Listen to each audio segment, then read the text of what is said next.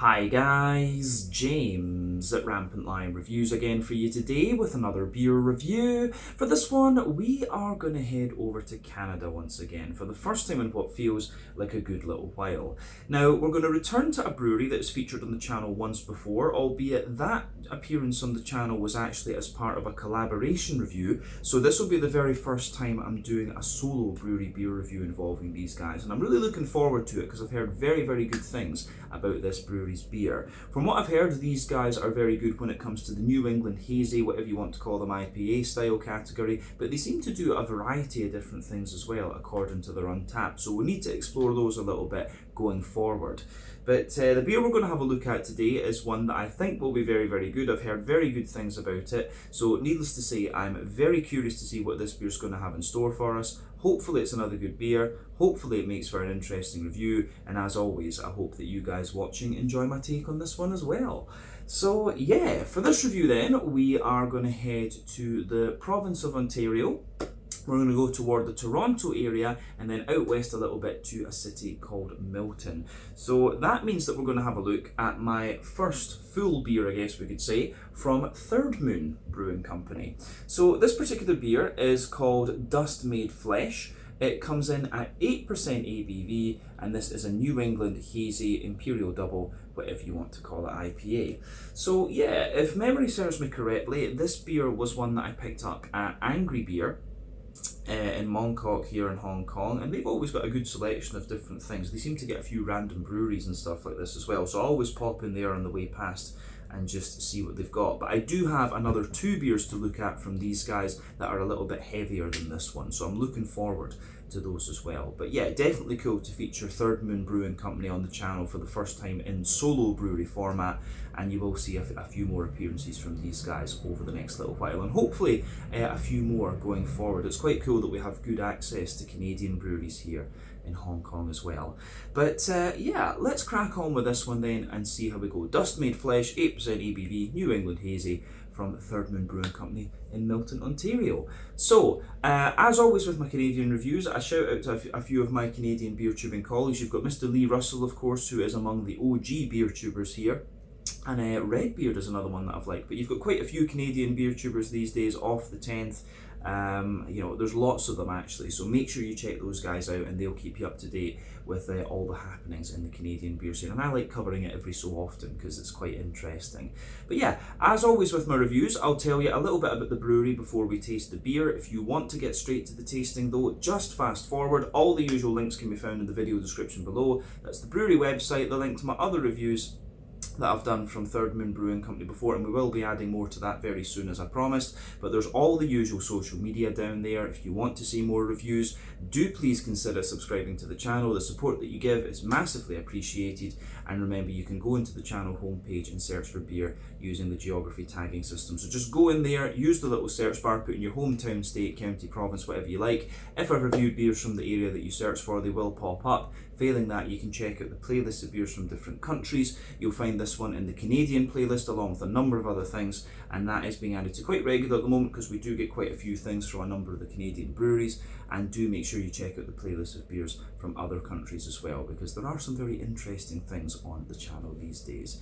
But yeah, let's go on to my brewery notes then, and I'll tell you a wee bit about Third Moon Brewing Company for the second time then. So, Third Moon Brewing Company, as I've mentioned to you already, are based in Milton in Ontario, which is just out to the west of Toronto, and the company was founded by Steve Bibo Piloto and Chris Steininger.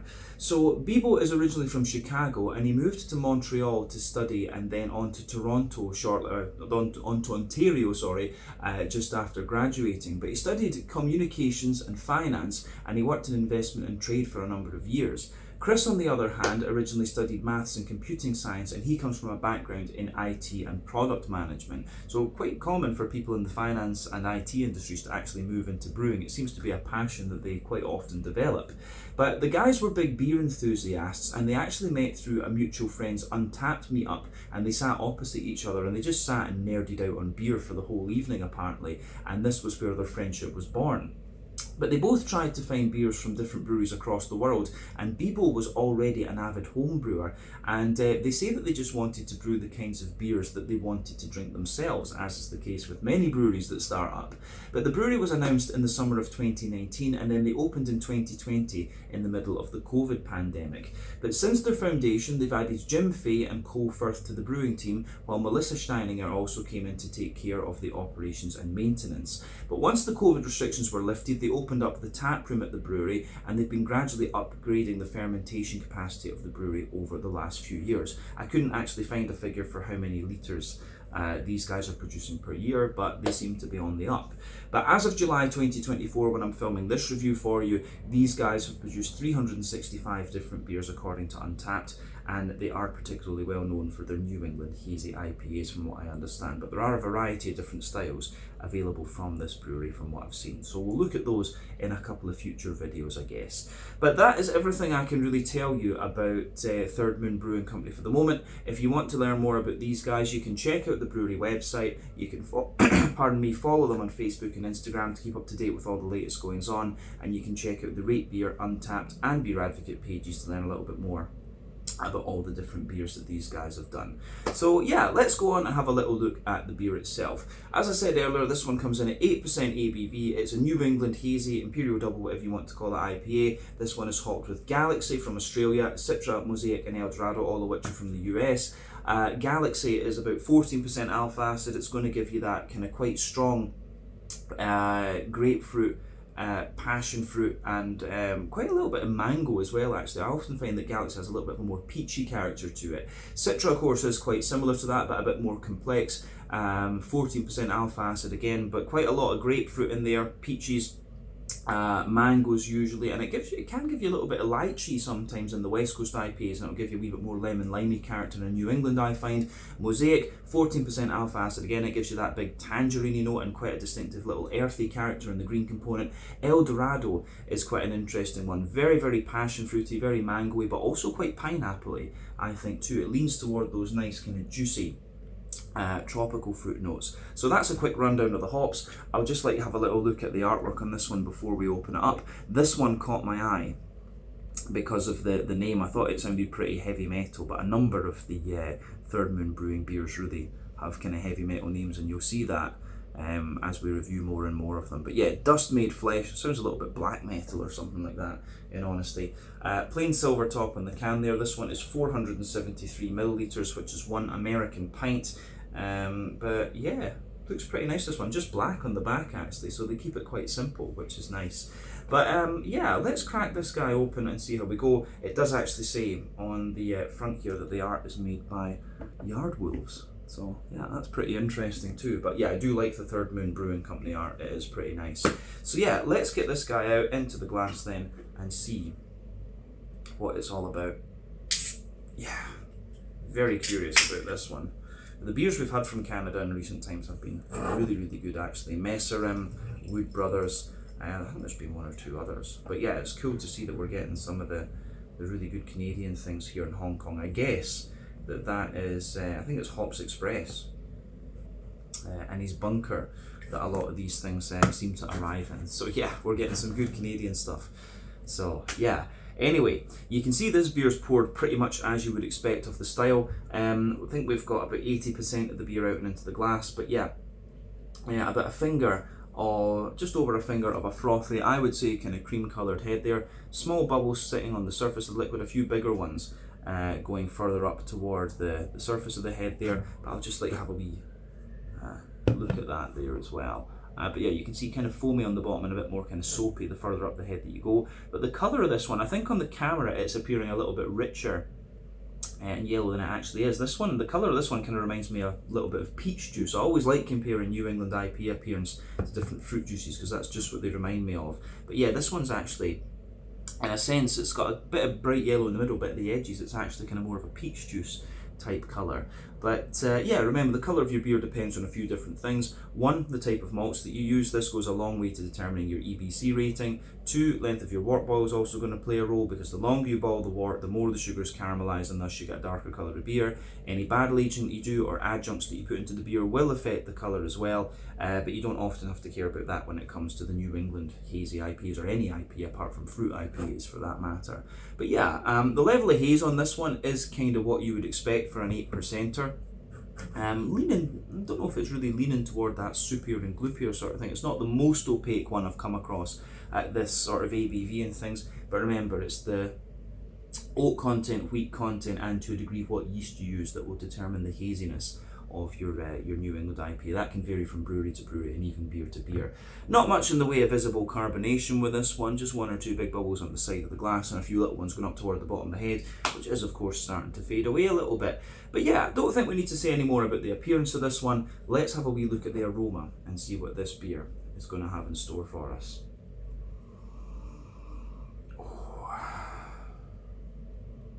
That smells pretty damn good, I have to say. So, aroma wise, this beer, it has quite a bit of pungency to it. It's got everything you'd expect of the style. You've got that lovely kind of soft malt base in there.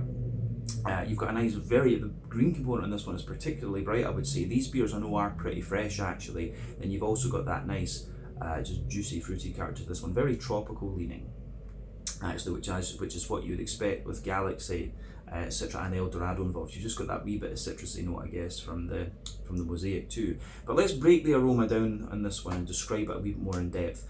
So, as I've said before with New England IPAs, there are 6 elements to think about with the malty and yeasty side of things. You get your kind of farmhousey yeasty character, the rye leaning grainy side of things. Those are a bit more common in American brewed New England IPAs, I would say. But then you've got wheaty bitiness, oaty creaminess, barley malt bread, and also the sweeter side of things. For me, this one, it's quite, I get a lot of the oaty character out of this one.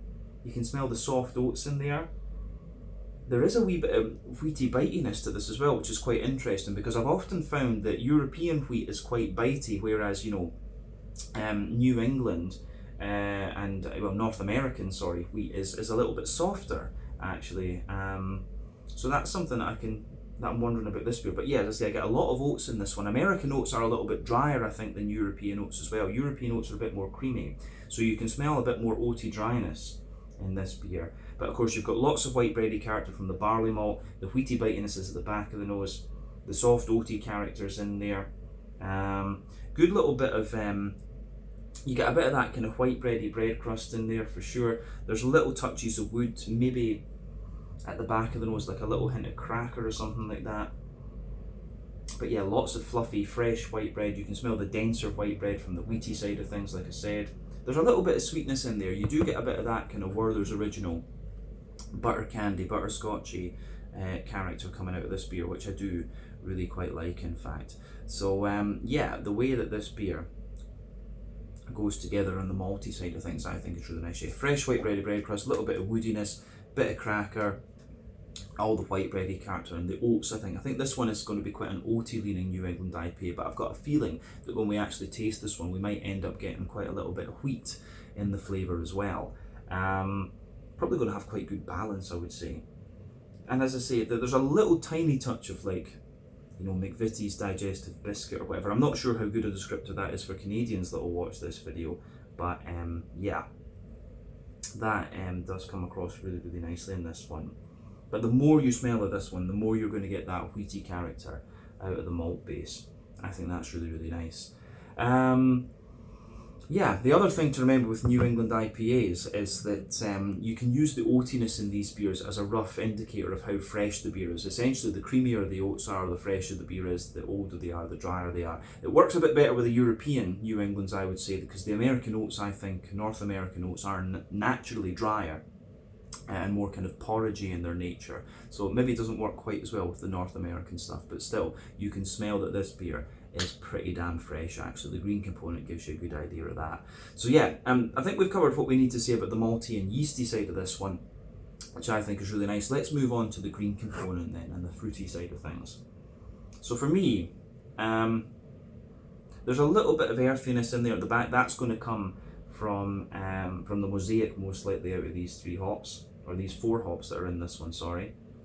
But yeah, lovely big bright floral aromaticity out of this one, you know, a lot of that at the front of the nose, and you're getting quite a zesty, grassy character out of this one. And I think out of the hops in this one, that's most likely to come from the Citra, because it can have that sort of lemony, limey character to it.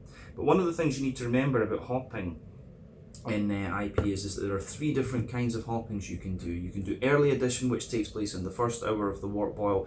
That gives you pretty much all your bitterness that you're going to have, and it gives a deep dank aroma. You've got late addition hopping, which takes place in the last half hour of the wort boil, assuming it's a 90-minute wort boil. Of course, it's usually there or thereabouts, but that gives you quite a lot of flavour and aroma, a little bit of bitterness as well. And it's going to give you a very bright green component in terms of flavour and aroma. And then you've got dry hopping, which takes place after the wort boil is complete. That's only going to give you flavour and aroma, and again it's going to contribute to a very bright green component. So New England IPAs tend to rely on late addition and dry hopping. West Coast IPAs use all 3, which is why they're deeper, danker, and they tend to be more bitter as well. But yeah, the way everything goes together in the green component of this beer is quite nice, and I've got a feeling this one's going to have a bit of punch to it with the wheat and with that very bright green component.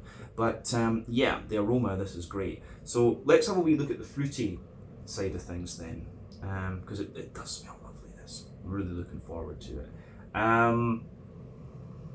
Yeah, for me, the fruity side on this one's very, very attractive. Like, there's a lot of soft tropical note in there, but you do have a few more pungent fruits coming out of it as well, which is great. So for me,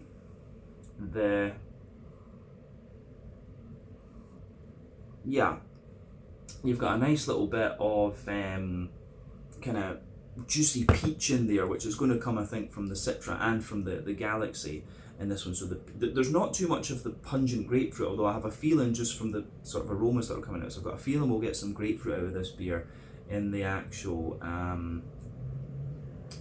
flavour. So yeah, the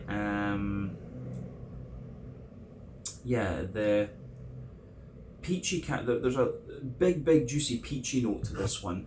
A lot of very ripe juicy mangoes as well, and underneath that, from the El Dorado, I think you're starting to get the softer apricot, the pineapple. I think there's a bit of like papaya or something in there as well. The apricot and papaya, the softer notes in there. But yeah, lots and lots of juicy pineapple in this one. But I'd say that the thing that really jumps out of this, of the fruity side of the aroma for me, is the peach. A lot of peach in this one, and a lot of ripe juicy mango for sure. Of course, there is, in fairness with this beer too, I'm getting quite a little bit of like tangerine orange out of this one. So for me, that big juicy tangerine orange from the Mosaic kind of lingers there as well, and it's quite it is actually quite prominent. So I'm really curious about what the hopping ratio of this one has been, if it's been 25 ratio, or if there's more Mosaic in this one and they've sort of blended up the other half or something like that. I'd be very curious to see the brew sheet of this beer and see exactly what they've done with it, because I'm surprised at how prominent that Mosaic tangerine orange is in this one. So yeah, that's going to be interesting to find out. But maybe the kind of sharpness of the peach in this one's kind of promoting that orange character a wee bit. But yeah, all in all, the way that everything goes together in this beer is really nice. There's a little touch of like a lemony note in there, mixing in with the grassy esters too, but aroma wise this one is absolutely beautiful. So as I always say, just take a wee bit of time to enjoy the aroma of the beer before you get stuck into it. But I think it's about time to taste this one and see what it's all about. I just put a wee bit too much in there, actually. So yeah, that was a bit silly. I should have waited and done that after. But yeah, let's have a taste of this one then. This is the Dust Made Flesh, an 8% New England double IPA from Third Moon Brewing Company in Milton, Ontario, over in Canada. Slàinte, skål, cheers. Obviously thought this glass was bigger than it is.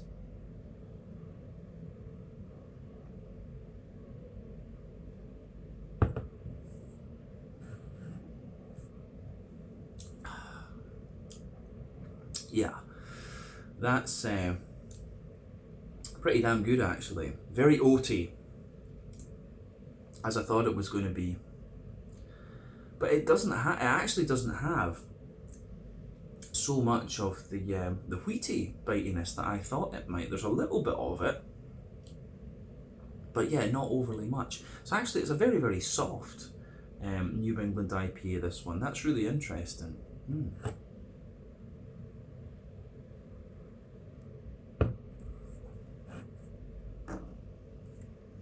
But I think the more that you drink of it, the mouthfeel does start to thicken up a little bit, which is quite interesting.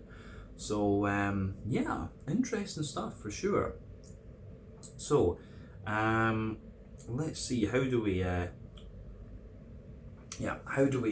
describe this one then? We'll go to the middle third of the palate, as we often do. So the backbone of the beer, you've got that lovely fresh white bready bread crust in this one. That forms your backbone. As you move further forward on that backbone, you get a little bit of woodiness out of the beer, and there's a little bit of like Jacob's cream cracker out of it as well.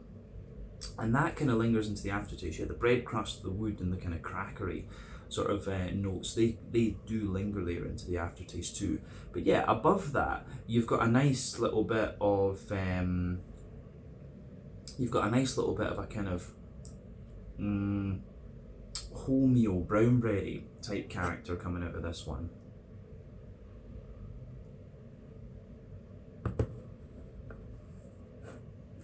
Yeah, nice little bit of wholemeal brown bready character in there. And then above that, you've got a softer, you start to get the softer white bready character out of this one. And the white bready character really is very fluffy and very, very light and airy. I really like that side of this beer. The barley malt is giving you some really interesting stuff in this one. But yeah, wholemeal brown bread, more really fluffy, dense and slightly sweet white bread in there. And then above that, you can pick out that there's a little bit of the wheaty character there. You can feel that slightly dense and more, you can feel that slightly denser and more dry white bready character. Yeah, and I like that in this one. The wheat in this beer is very, very smooth actually. It doesn't really have so much bitiness to it. There's a little bit, but yeah, not too much, I would say.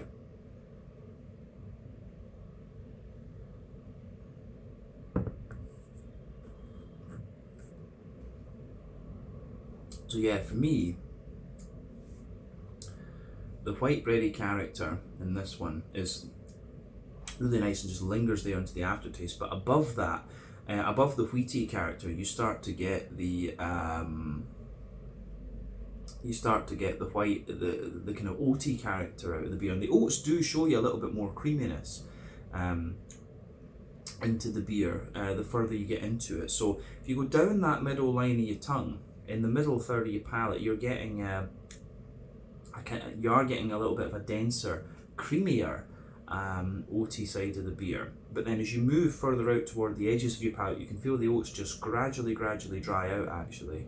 So that's quite interesting as well.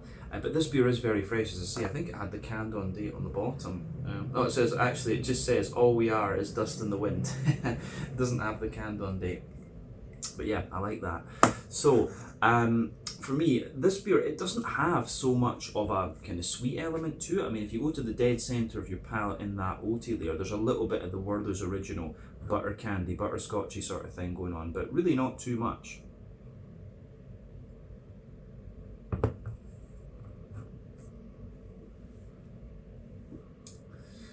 Yeah. So I think other than a little bit of biscuit, there's not too much else we need to say about that middle third of your palate. The beer actually, from the yeast, I forget which yeast it is that gives you this, but you can taste in the middle of your palate, as you go into the aftertaste, you get this little bit of a Skittle type flavour coming out of it. So there is one of the yeasts that's very popular in these New England hazy IPAs that will give you that little bit of Skittle flavour, but just pay attention to the middle third of your palate on the as you go into the aftertaste, and you'll feel that little bit of Skittles flavour coming out of it, which is really interesting. But I think we've said everything we need to about the middle third of the palate in this beer. So yeah, let's go on to the let's go on to the back third of the palate. And just remember, as I've often said, sweeter flavours come out further forward on the palate, more dry and bitter flavours come out further back. And the back third of your palate is going to give you similar flavours to the middle third of your palate, just at different intensities. So yeah, border region between middle and back third of your palate, you've got kind of fluffier brown bread in the base, white bread on top of that, and a wee bit of the wheaty bitiness there above it. But yeah, the back third of your palate, again, you've got the bread crusty layer in there, which feels a little bit drier and a little bit more grainy. You've got the crackery layer above that.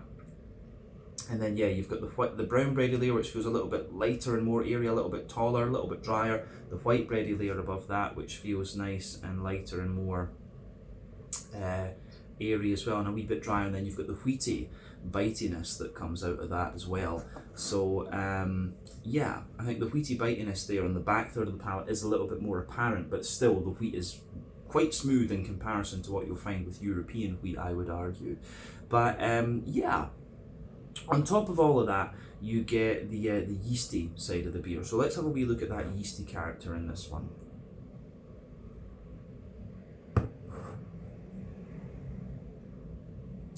So yeah, the yeasty side of the beer for me is quite, I would say in the middle of it, it's got a kind of brown bready character. Then around it, it's got a sort of, you get a little bit more of a kind of sweet brown bread in the middle, more white bready around that, and there's a little bit of a crackery, woody sort of thing, then a wee bit of bread crusty character around the edge. So yeah, the way all of that pieces together, I think, is quite nice. The yeasty side of this beer is really, really nice, actually. So yeah, definitely on the back third of your palate, you can feel the flavour is taller. Then as you move further forward into the middle third of your palate, it just kind of condenses down and squashes together that little bit more. So yeah, the way all of that pieces together, I think, is really, really nice. Yeah, I think that's everything we need to say about that. Let's go on to the green component of this beer. So, one thing I am finding about this beer is into the aftertaste, you do get a nice little bit of there's a very slight dankness to this one, a bit more floral aromatic spice, but definitely in the back corners of the palate, you've got a little bit of a more earthy kind of thing going on. As you push further forward, it does get a little bit herbal, but then very quickly it moves into the kind of floral side of things. So yeah, you've got that deeper, danker, you've got a little bit of a deeper, danker kind of floral aromatic spice coming out of this one, so that's quite nice. Then as you move further forward, lovely sort of spicy floral aromaticity in there, and then round the front curve of your palate, it's a little bit lighter and more grassy, and a little touch zesty as well, actually. Pardon me. I think we've said everything we need to about the green component of this beer.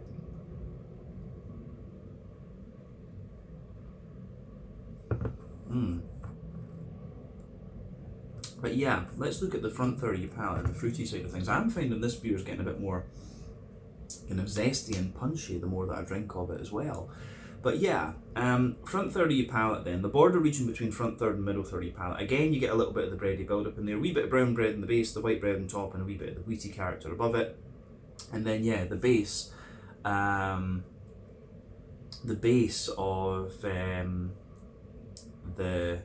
the front third of your palate, you get the bread crusty character in there, a little bit of the cracker, the wholemeal brown bread, the white bread, and you can feel the wheat. And then above that, of course, you get that nice oily bubble where the juicy fruity esters roll their way out of the beer. So let's have a little look at that fruity side of things then.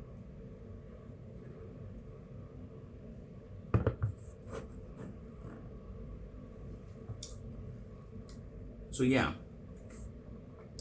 the fruity side of this beer for me, at the back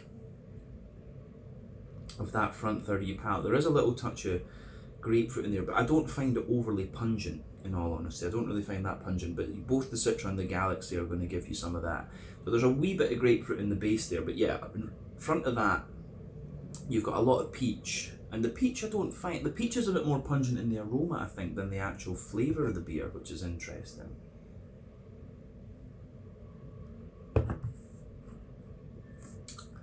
So yeah, as you move further forward from that, you get the juicy mangoes in there, and then as you reach the middle of that front third of your palate, you've got softer apricot in the base, maybe a little bit of juicy pineapple sitting on top of it. But yeah, as you move into the front half of that front third of your palate, it's all about the kind of tangerine oranges and things like that. And that's Mosaic that's going to give you that. There's maybe a little hint of lime just behind the very front tip of the tongue as well. So yeah, it's still got that divide, the more oily, citrusy characters on the front half of that front third of your palate, and the more kind of the more kind of dry and the more kind of soft and juicy tropical notes a bit further back. I think that's really interesting, actually. I never really kind of thought about how these things piece together. So yeah, the way everything pieces together on the fruity side of things is quite interesting. But yeah, a lot of peach and a lot of tangerine in this one. I would say those are the two most prominent flavours, but you have got other complexities too as well.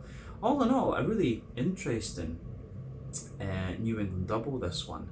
So yeah, let's round off this review then with a wee look at the mouthfeel. So for me, this beer, top end and mid-bodied, I would say.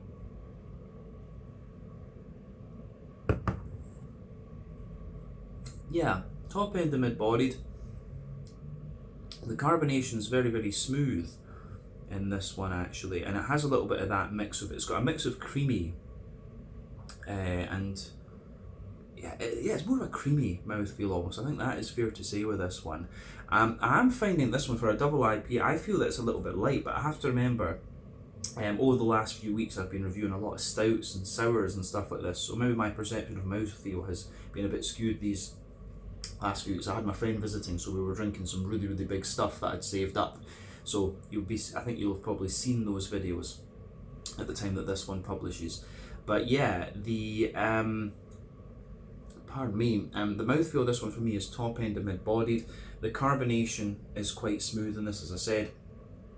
IBU wise, I think we're looking at a fairly standard 30-40 IBU in this beer. The maltiness, as we said, has a bit of dryness underneath, the smoothness in the middle, and a bit of creaminess and slight sweetness on top. And then yeah, you've got a lovely fruity character to this one. I think the peach and the orange, as I said, they give you a little bit of kind of bite, well, bite is maybe not the right word, they give you a little bit of pungency to the fruit, and then you've got those softer tropical notes in there. But all in all, a really, really nice double IPA from Third Moon Brewing Company, and I'm quite curious to see what their heavier offerings have, because the other two beers that I have are both heavier than this one at 8% ABV. So yeah, you can keep your eyes peeled for those. But this has been really nice and a very good introduction, if you like, or a very good introduction for my first solo brewery beer review from these guys. Quite impressed. So this one was the Dust Made Flesh, a New England Hazy Imperial Double, whatever you want to call it, IPA from Third Moon Brewing Company in Milton, Ontario, over in Canada. So yeah, once again, thank you for watching my beer reviews. Until the next time, please like, subscribe, share, all the usual YouTube stuff. Let me know your own thoughts on this beer in the comment section below. Let me know what your favourite beers are from Third Moon Brewing Company as well, and we will no doubt return to these guys again at some point in the very near future. But until then, Slàinte, Skål, cheers, check out my social media, check out Third Moon's social media, and do check out some of my Canadian beer tubing colleagues such as Redbeard and the legendary Lee Russell, of course. Slàinte, Skål, cheers, and see you guys in the next one. Ciao.